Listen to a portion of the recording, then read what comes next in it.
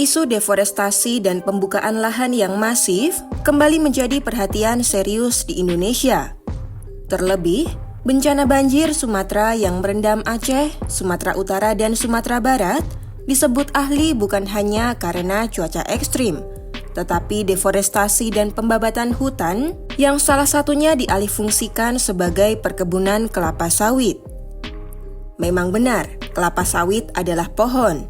Namun menurut beberapa ahli, kehadirannya tidak bisa menggantikan hutan.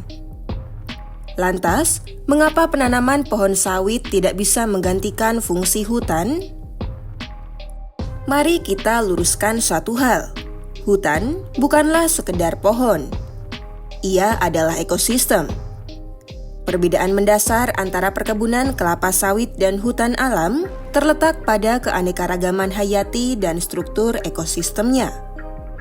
Bahkan, dalam Peraturan Menteri Lingkungan Hidup dan Kehutanan Nomor 23 Tahun 2021, sawit tidak masuk dalam kategori tanaman rehabilitasi hutan dan lahan.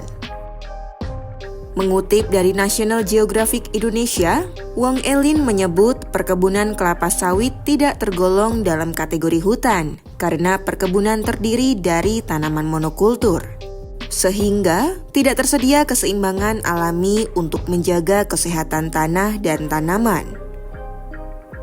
Dengan demikian, pembukaan lahan kelapa sawit sudah jelas merupakan bentuk deforestasi terhadap hutan-hutan alam. Menurutnya, kehadiran perkebunan kelapa sawit yang luas menyebabkan kerusakan parah pada tanah lantaran tidak adanya varietas tanaman yang membuat jumlah spesies mikroorganisme dan bakteri baik dalam tanah lebih sedikit. Lahan sawit juga dikenal sebagai tanaman yang boros menyerap air. Berbeda dengan hutan alam yang berfungsi sebagai daerah aliran sungai dan meningkatkan kualitas air sehingga meminimalkan erosi dan menyaring polusi. Para ahli menilai cuaca ekstrim bukan menjadi satu-satunya alasan. Deforestasi dan pembabatan hutan yang dialihfungsikan sebagai tambang atau perkebunan kelapa sawitlah yang memperparah keadaan.